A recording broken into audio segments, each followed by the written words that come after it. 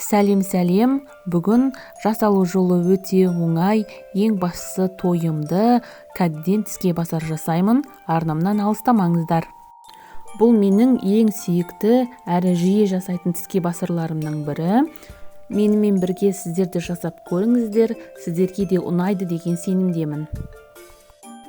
Ал енді жасалу жолына келетін болсақ, ең біріншіден кәдені жуып, оны қабығынан тазартып аламыз.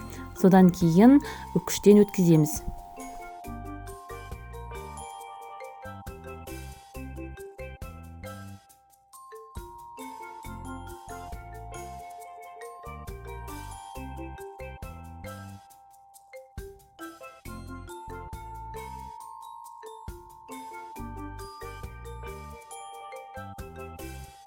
Үкіштен өткізілген кәдіге шым тұз салып 1-5 минутқа қойып қоямыз.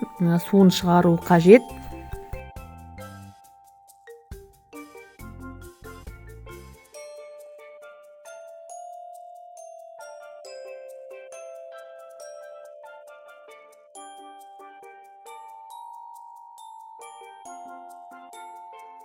Бес минуттай уақытымыз өткеннен кейін кабачкиді, яғни кәдіні қолымыздың көмегімен суынан жақсылап сығып аламыз.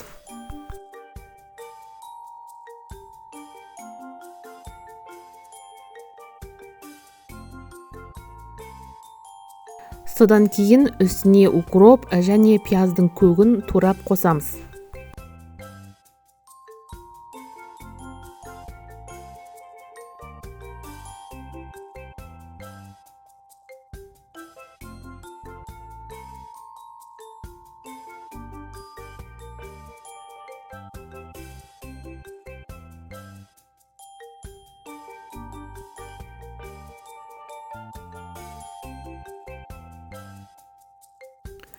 Одан кейін үстіне жұмыртқа, шым кішкене тұз, қара бұрыш және ұнды қосып жақсылап араластырамыз.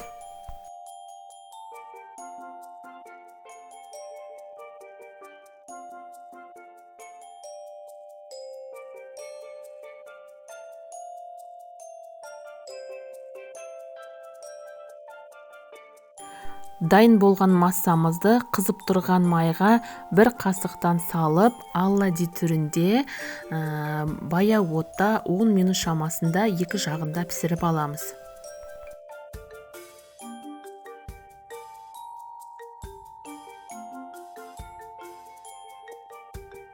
Мінекей біздің кәдеден жасалған оладьиміз дайын. Бұны құр өзін жесеңіздер де өте дәмді, я болмаса помидор қосып тіске басар жасасаңыз да болады. Ал енді сол тіске басарды бірге жасайық.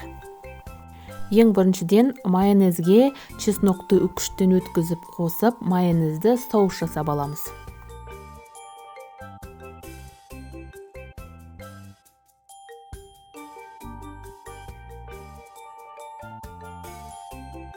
Келесі кезекте қызанақты жуып тазалап, оны кольца түрінде кесіп дайындап аламыз.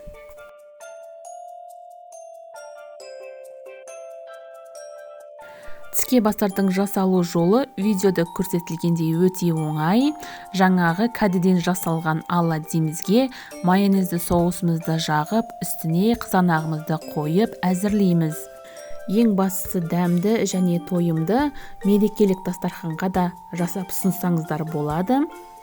Сіздерге менің түсірген рецептім ұнайды деген сенімдемін. Арнама жазылуды ұмытпаңыздар. Келесі жүздескенше.